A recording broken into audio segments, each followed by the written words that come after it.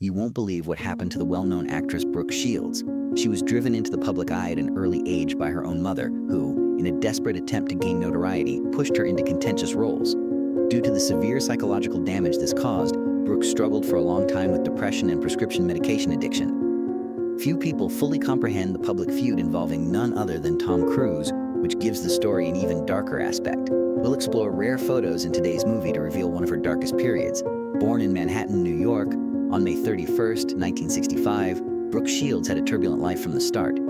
Her mother, Terry Shields, battled alcoholism and unrealistic ambition, while her father, Francis Shields, was a wealthy but reckless man. Brooke's life had already been burdened with calculations before she was even born. Francis tried to use a sizable sum of money to persuade Terry to have an abortion when she revealed her pregnancy. Terry accepted the money but declined to end the pregnancy.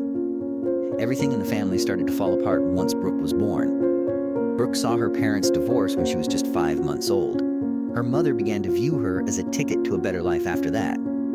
Terry declared she would make her daughter a star when she was just 5 days old. Growing up, Brooke was not like other kids. A strict regimen that included ballet, piano classes, horseback riding, and countless hours of performance training controlled her life. Terry put all of her effort into extracting that promise because she thought her daughter was a treasure trove. At the age of 11, Brooke Shields made her acting debut in the horror movie Alice, Sweet Alice in 1976. She played a young girl who died by strangulation during a religious ceremony in the film. After that, Terry, her mother, persisted in pressuring her into contentious jobs that attracted notice. When Brooke was just 10 years old, one of the most startling events took place. Her mother gave permission for a photographer to capture her in suggestive photos. In an attempt to reclaim ownership of the photos, Brooke sued photographer Gary Gross years later. However, the court decided in Gross's favor, noting that Brooke was regarded as a model rather than a child actress and that her mother had given her legal assent.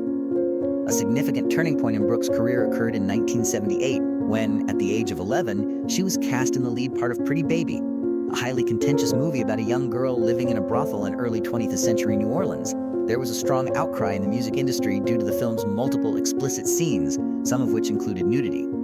The movie was banned in many states and nations after numerous filmmakers accused it of child exploitation however, Terry Shields grinned triumphantly next to her daughter, who had just made her wealthy and well-known through music because it was all that was important to her. Brooke would also have to be nude on multiple occasions for her next commitments. The young girl received $250,000 by satisfying her mother's contract with the filmmaker for her role in the 1979 film Just You and Me, Kid.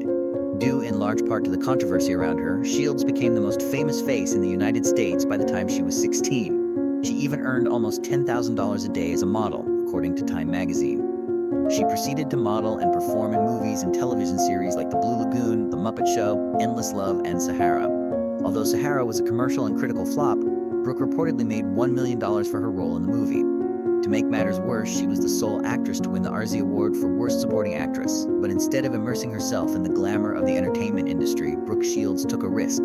She left performing to attend Princeton University. Brooke Shields' life was far from tranquil even after he moved away from the limelight. Her early notoriety followed her throughout her life, and the public's attention was always on her, frequently in intrusive and hostile ways. Brooke had constant harassment from paparazzi while attending Princeton. At one point, she even had to deal with a situation where a photographer had hired a fellow student to surreptitiously shoot images of her while she was taking a shower. Photographers had recorded her in intensely intimate moments. Her tale serves as a sobering reminder of the costs associated with childhood celebrity, when the public has the potential to devour every private moment. However, one of the most severe emotional injuries Brooke suffered was caused by a fan who at first glance appeared innocuous rather than by the media. An intense admirer, John Raldi, tried to establish a personal connection with her. Before they realized Raldi's actual motives, Brooke and her mother thought of him as a good friend. This purported fan sent more than just odd presents. He started following her whereabouts and messaging her at odd hours. When Raldi parked outside her house for hours on end and even wrote her name on his window, the situation got worse. Brooke felt extremely violated and unsafe as a result of these actions. She eventually had to file a lawsuit against Raldi and notify the police. Raldi acknowledged in court that he had once been enamored with Brooke, but he maintained that this passion had ceased years prior. However, he was convicted of harassment and given a 60-day prison sentence. But Brooke also had to deal with another horrific incident that might have rocked the entertainment business as a whole. A filmmaker exploited her by forcing her to pay with her body through. Brooke met a director who took advantage of her weakness after she decided to return to the entertainment industry after quitting Princeton and, after inviting her to a restaurant for dinner, made her go back to his hotel with him. Something very undesirable happened there. "I thought I was going to get a role," Brooke said. "It took me a while to comprehend what had transpired in. Compared to then, I'm far more irate now."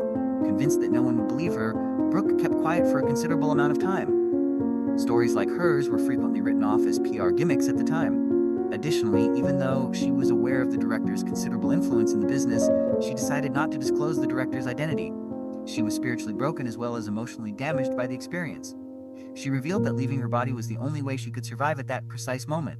When faced with the debilitating decision to either fight or flee, Brooke did what many survivors do. She bore the anguish in quiet. When Brooke openly acknowledged that Dean Cain, the actor best remembered for his role as Superman, had stolen her virginity, it was one of the most unforgettable moments in her life. Cain was a classmate of hers at Princeton, where they first met. Despite Brooke's mother's intense disapproval, their connection persisted for a considerable amount of time. After graduating, the two finally parted ways, but they stayed in contact for many years. That connection was only one of Brooke's many love relationships, each of which had a profound impact on her life.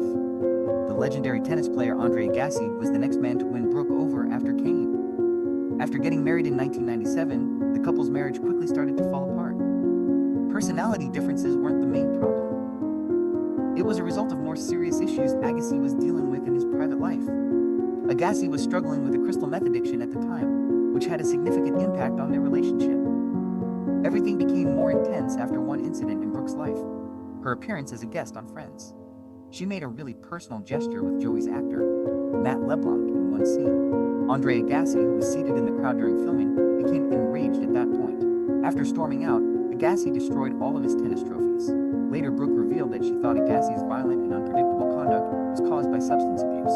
The couple had numerous significant disagreements, this being only one of them. Their relationship was further harmed by the persistent conflicts associated with Agassi's addiction. After 2 years of emotional stress and weariness, Brooke finally decided to call it quits on the marriage and filed for divorce in 1999. Brooke never neglected to express her gratitude to Agassi for one thing, despite the fact that she carried a lot of bad emotions from their time together.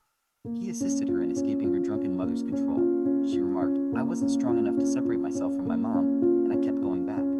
Agassi was the one who made her realize that she had to escape the cycle and stand on her own. This turned out to be a significant turning point in Brooke's life, making her stronger and more determined in her future choices. Chris Henchy was the next man to enter Brooke's life following her divorce from Agassi. Chris Henchy showed up shortly after she had terminated her difficult marriage to the tennis player. Their romance started in an unexpected way. Brooke recalled that her dog vanished when the sitcom Suddenly Susan was being filmed, and Chris was the one who located it and gave it back to her.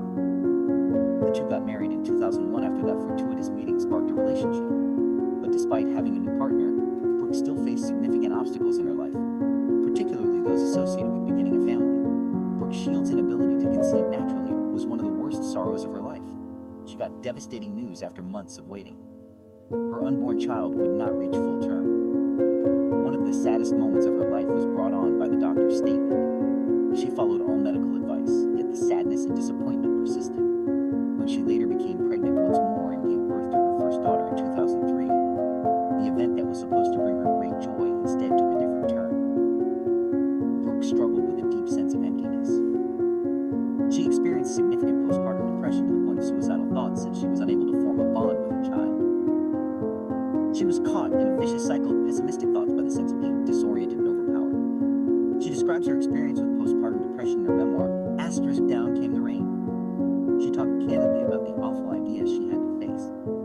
The public and media took notice of Brooke's tale of overcoming postpartum depression, which sparked important discussions regarding mental health. Her meeting with Tom Cruise was one of the most memorable events in this phase of her life.